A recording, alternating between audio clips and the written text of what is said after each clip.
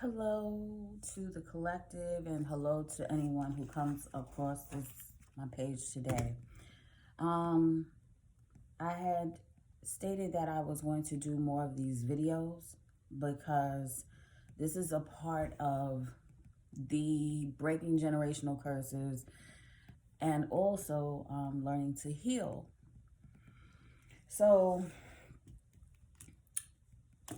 let me just start out by saying just bear with me because what I'm doing right now is I'm trying to introduce some people that don't know about narcissists.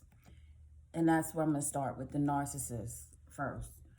And I had put out some videos last week regarding some of the things that narcissists do.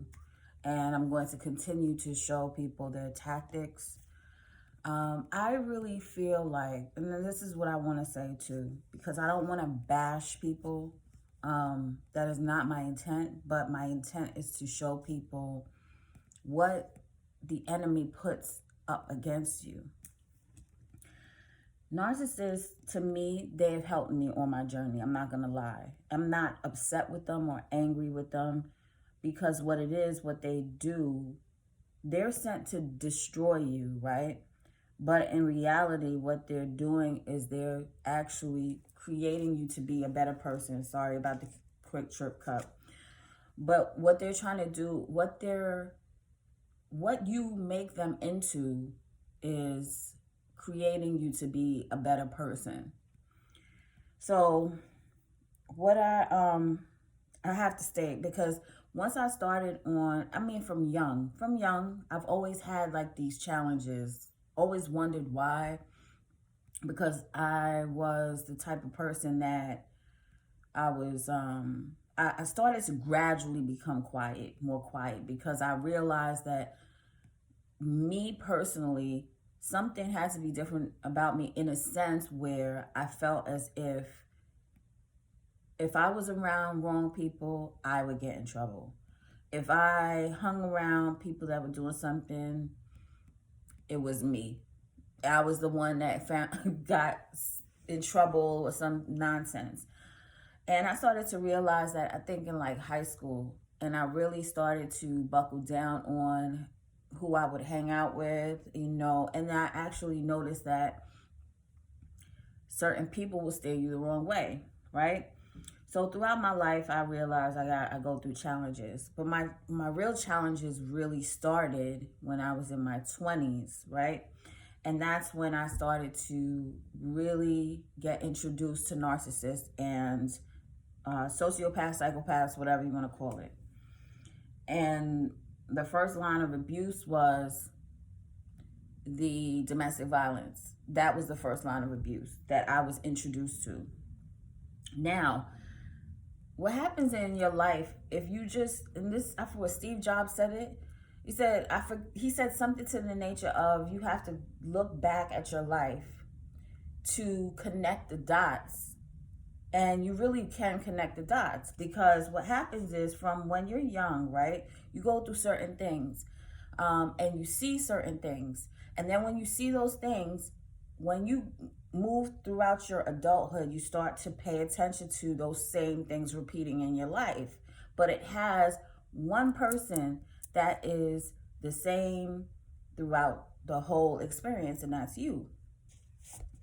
When I was younger, I, first and foremost, breaking generational curses is important, because what happens is, if you go through some type of abuse when you're younger and you don't heal properly from it, you will take that same abuse and you will bring it into your home.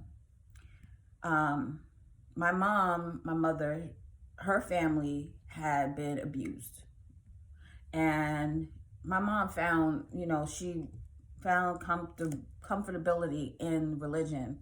And it helped our family to kind of be together and, sit together and actually read the Bible, discuss the Lord, and so forth. But at the same time, my mom did not heal from the past pain from an abusive family. And what happened is, there was something going on in the home, And it actually has something to do with my own brother, as far as, and I look back at it now, and I'm not gonna bash him, but what I have to say about that is me and my brother, just like any brother and sister type relationship, we fight, we fist fight, we do all those things. And I remember one time our fight got so bad that I remember I called the cops on him. And I'm not gonna lie, there was times that I used to go to. I had a friend in the same building. I used to go to her house because I used to go to her house crying. I remember one time he beat me so hard in my head, my ear was bleeding because I think I had like earrings in my ear, and he had my head in the couch and he was punching me. And my mom, she saw this stuff, but she didn't. I think she tried to beat my brother one time, and but it kept happening. So anyway, fast forward, when I called the cops on my brother, because I was so sick and tired of being hit, beat on, or whatever.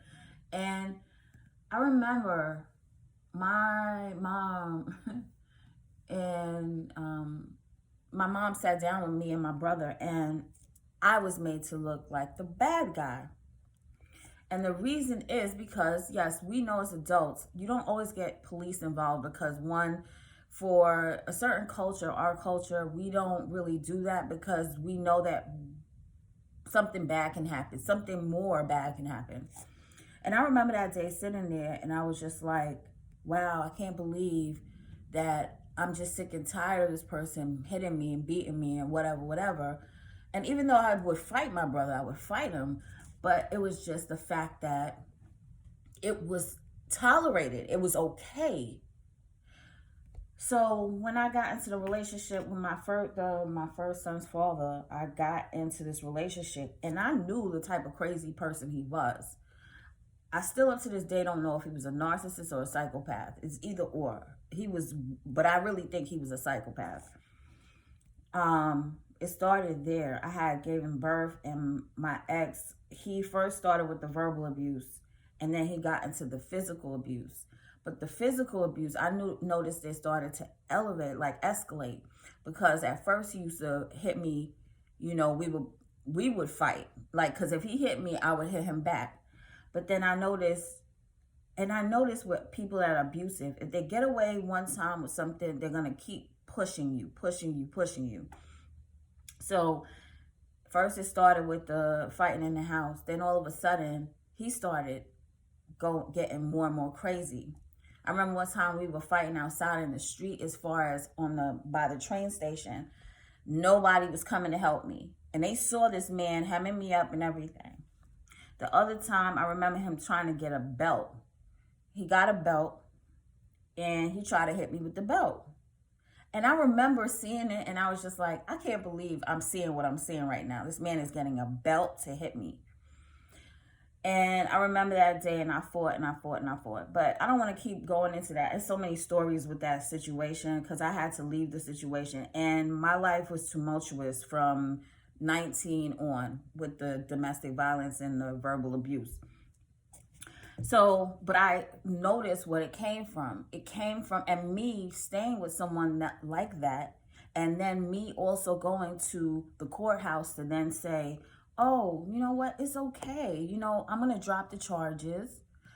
And that was because I was taught that. I was taught that it was okay for someone to hit me, and me to them then come to their rescue, because you don't know what could happen to that person, right? So I know what it stemmed from. But I didn't know too much about narcissists until I would say early 30s. And this is what I wanted to bring enlightenment about. I'm just going to start with some of the stuff today, because one of the things, the reason how I figured out narcissists is because I actually dealt with, it was like a family of them.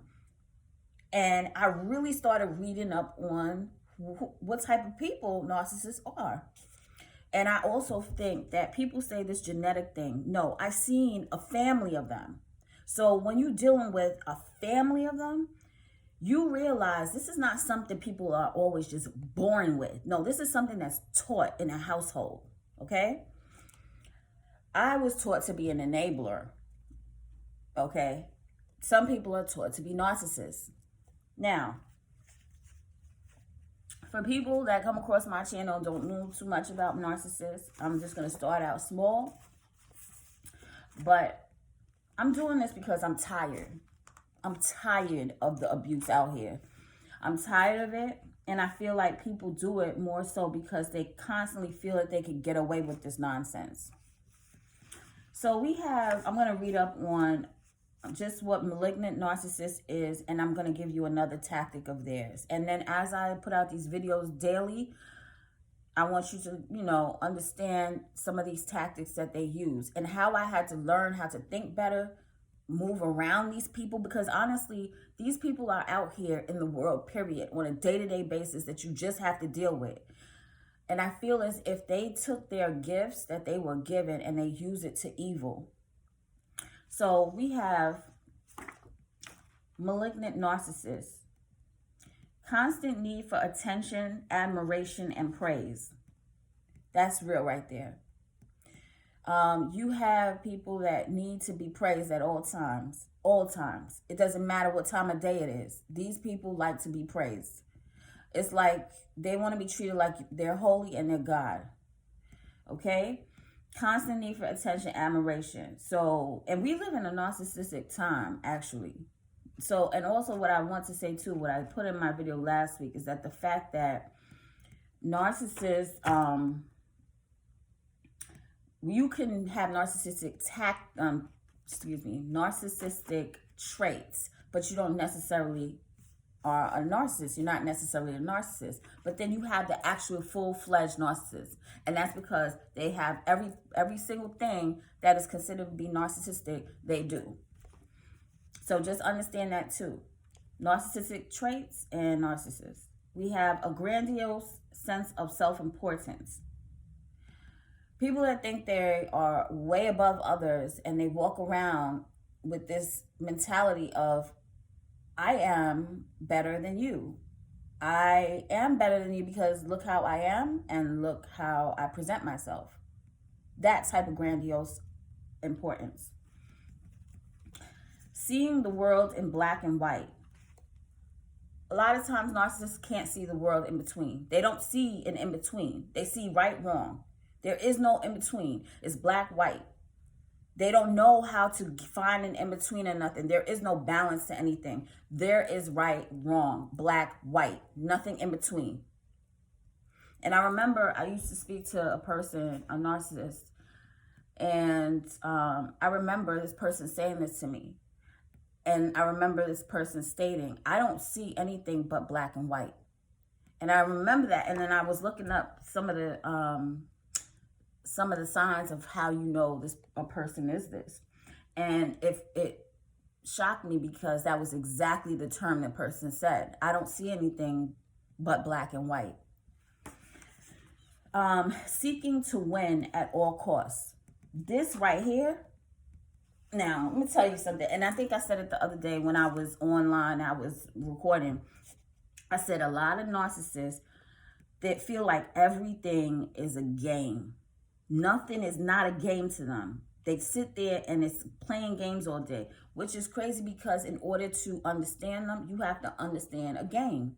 You have to understand what game they're playing. You have to understand what you're in when you get into it.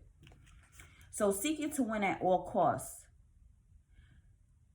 If you are an empath, right, and you meet a narcissist, I'm going to tell you like this. You enter into a competition you don't even know you in. The narcissist creates you to be in a competition with them that you never signed up for. You don't even know about this competition. You are just appearing, and this person puts you into competition for no apparent reason. Because once again, they see things as a game and they have to win at all costs. So you will just realize that this person, from the time that they see, and when they see you, they know you. And I'm telling you, when it's like when the enemy knows you're around, they start to automatically start plotting and planning in their mind. They start this plotting and planning stuff, right? So you all of a sudden feel as if, okay, there's a competition going on. I don't even know why I feel like I have to keep going back and forth with this individual. So from day one, when they know who you are, especially if you, it's bad to say chosen people, because to me, everybody's chosen, but you're chosen in whatever you want to actually fit in, wherever you want to fit in. Either you're going to be chosen for the enemy or you're going to be chosen for God. So they know you they know your weaknesses. They start to notice your weaknesses. They know that you're an empath and you have a heart. So from day one, they're plotting against you because they automatically know what side of the street you are on. So one of the tactics I wanted to bring up today is smear campaign. So smear campaign is something where an individual will try to damage one's reputation, right? They do anything and everything to damage your reputation. It doesn't matter what it is. It'll be a lie. It could be half of the truth. They're going to make sure that they damage your reputation. I actually recently saw, and I don't think this person saw me. Actually, I heard this person trying to slowly damage my reputation by a higher up. And I overheard this person doing something where it is every time that I did something wrong, they would make sure that the wrong thing that I did was presented in front of the higher up. Okay, so it says narcissists do this to be right and have his or her truth be more dominant, the more dominant narrative. So smear campaigns come about, and smear campaigns is not one big campaign of smearing. But this is an ongoing abusive tactic to damage a person's character.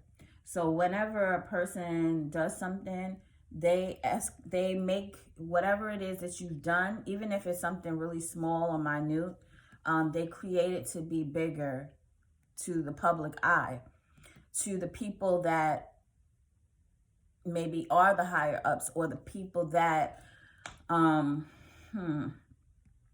the people that they can get to see, and actually it'll create a bigger effect. So gossiping, I told you about that the other day, as far as gossiping and talking about you, slandering your name, talking about your business. They'll Google you. They'll find out things about you. I know this one person, right? It's just so crazy too. When your third eye is open, people don't know that you actually know certain things. You know what I'm saying? We walk around sometimes, people that are actually really awakened and they have their eye open or whatever. We know some of the things, and these people will actually give you hints, and you're just like, okay, I knew you were gonna do that. And this person went to another individual, like they started a rumor because of something that I had went through with someone else. I don't want to go too far into it, but I remember I had to remove myself from a place because I was constantly being, it was like sexual harassment. And I couldn't take it anymore because this person was repeatedly downplaying me in front of others and would do it repeatedly. And I just was like, I got to get out of this place because this is ridiculous. That one person now, right? They went and found this individual at this place that I was before, and they were trying to get all information on me. Now, mind you, I never took this to the higher ups. I never wanted to bring it out or say anything because I just wanted to peacefully move on. But guess what?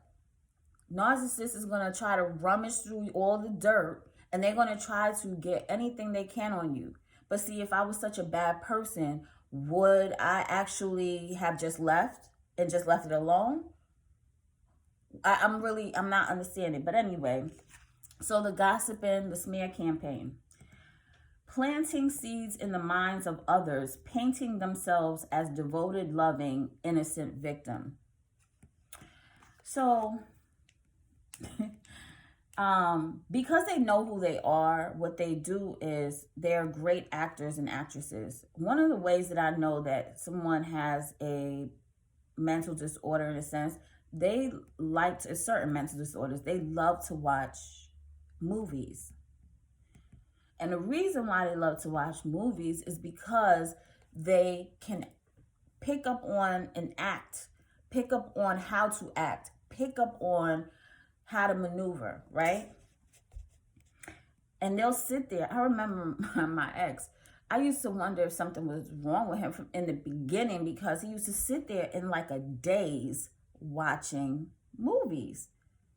And I'm like, what, are you okay? It was almost like he was in a trance when he was watching movies. He would sit there so like foggy brain and just watch a movie. And I realized a lot of them do that because they know how to take on a character. They like to watch people because they're shapeshifters. They know how to act like a certain type of person. And this is why you have to be very careful with them, because they're freaking trained actors and actresses that watch TV a lot. But what they I've seen certain of these type of people. Oh man, my I don't even want to start saying X, this, that, and other, but I remember this individual that I knew was a completely different person on the outside. Man, and you know what's so crazy? They learned it from their parents. This individual, when they were out in the street, oh, they were good actors and actresses. Oh my goodness. You know, like real loud and talkative, and how you doing? Let me tell you something. When I realized who I was sleeping with, the enemy, yeah, that Julia Roberts type stuff, is when I started to literally see this person shift their whole character as soon as we walked through the door. I saw who that person really was. That person took that mask off and hung it up at the door as soon as they came in the house. And the funny thing is, they always had everybody fooled. So when you're dealing with those type of people, they know how to act, and they want to always create that they're the innocent person. So now, no matter what you do, if you take one wrong false move, they're amplifying that to the public eye like I don't know what. Also, I want to put this out here too, because I had spoke about flying monkeys the other day, and I realized something too. With flying monkeys, and I have to put this out there, with flying monkeys, as far as some of them get recruited because they have been a victim already of the narcissist, and what they don't want is to be retargeted again. Like, there was an individual I knew recently who I can tell was a target prior to me coming in the place. And guess what happened? This person now started to become a part of the whole scenario to attack a person. And I really remember coming in and I saw how people were treating this individual, and I was like, oh, okay, I feel bad for her, because you know what? She probably went through a lot. But then that same abused person became the abuser, because she was happy to be a part of the whole team. You know what I'm saying? She was happy to be included because she was so secluded before. So another thing is, people need to watch how they turn being abused into becoming the abuser. And that's how people react, because they're so tired of being secluded and so tired of being picked on, that as soon as they get the chance to be a part of the whole clique, be a part of the gang, whatever you want to call it, they are so happy to be a part. But yet still, I know that after I'm leaving, don't worry, somebody's going to be attacked again, because that's how narcissists are. They cannot move without attacking someone. So if one of their preys is gone, they're going to prey on the next one. So it's unfortunate, but a person's going to get the karma that they put out there for you. So one of the tactics I want to bring up today too, of how they also, because I wanted to specify definition, give one of the things that they do. This is a tactic, but I want to specify on one more tactic. One more tactic of a narcissist is buying gifts. This is called love bombing. Buying gifts or constantly love bombing, so when they target you, you won't understand the abuse or see it. This is something that, it's like a love language that we learn in our life. I don't know if you've ever had somebody in your life, could have been one of your parents or something, they like to give you gifts, right? And they give you gifts, it's almost like they give you a gift after they do something to you. Like they hurt you, or they hurt your feelings or something to that nature. So the way that some of the narcissists, like in the movie, what was it? Sleeping with the Enemy. What did he do? He started buying her stuff, but still kept her secluded so he could continue on with his abuse. But buying people things. And this is why I say this is a generation where what we live in, because we accept gifts as a way to love an individual, or we give gifts as a way to love an individual, when in reality, that's not really love. Love is a real act of the heart, and not a gift that you give. It's an actual gift that you give from yourself, meaning from your soul, from your spirituality. But narcissists, they're so superficial. What they do is they love to give gifts and love bomb you, so that it's like hush money or hush things. They do these things because they want you to hush. They don't want you to talk about certain things. They want you to forget. And the way that they try to make you forget is by giving you things. So I used to wonder why somebody that I knew recently was always doing stuff. You know what I'm saying? Like buying stuff, and like it was this person's secret tactic. Because a lot of those people didn't like this person. It's like this person, they used to talk about this person, but at the same time, they knew how to work with this individual. Like, they used to talk about her so badly. And then, yeah, they still were up in this individual's face. But I realized that's the way of the world at this time. Like, people like to be in your face, and then they'll gossip about you. I got taught that lesson recently too. Somebody tried to get close to me just so they could find out things about me. But I knew that this person was talking about me badly, because as soon as I opened my mouth and said one thing that I felt was going on, this person ran, and I saw the whole place change. So I knew that this person ran back and said something.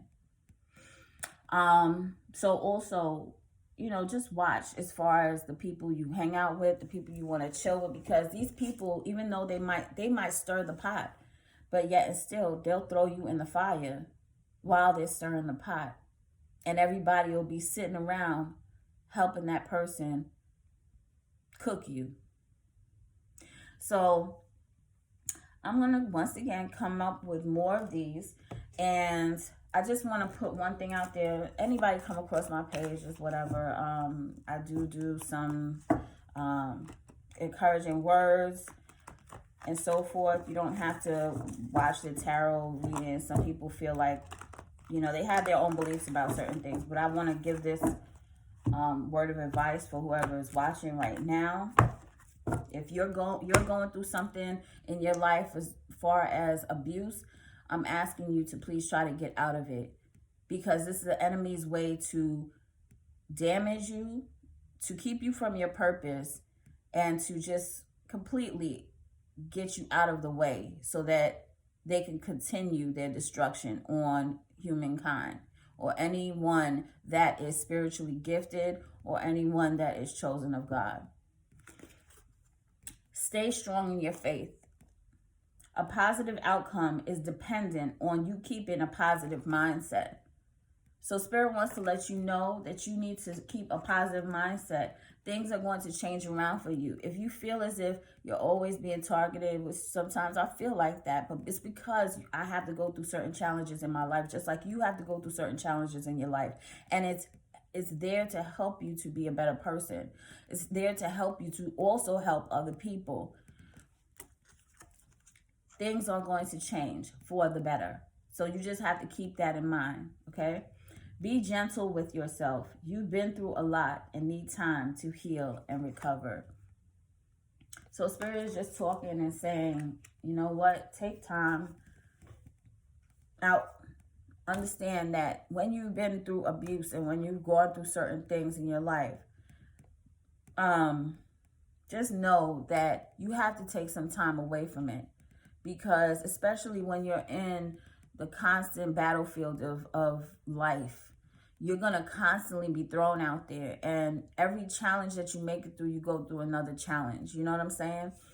But just understand, 1, you're being divinely guided. 2, you're divinely protected. And 3, take time out for yourself. Tend to yourself. Take care of your body. Take care of your mind, your soul, your spirit. You know?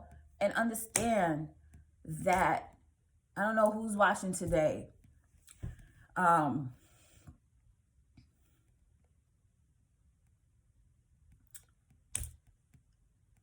Understand that life gets better. Life does get better. After every trial and error, life gets better. Just stick it through. And just know that every single obstacle that is sent your way will teach you to be a better person. And God is one step away. Not even. God is there with you throughout every single thing. And it stops.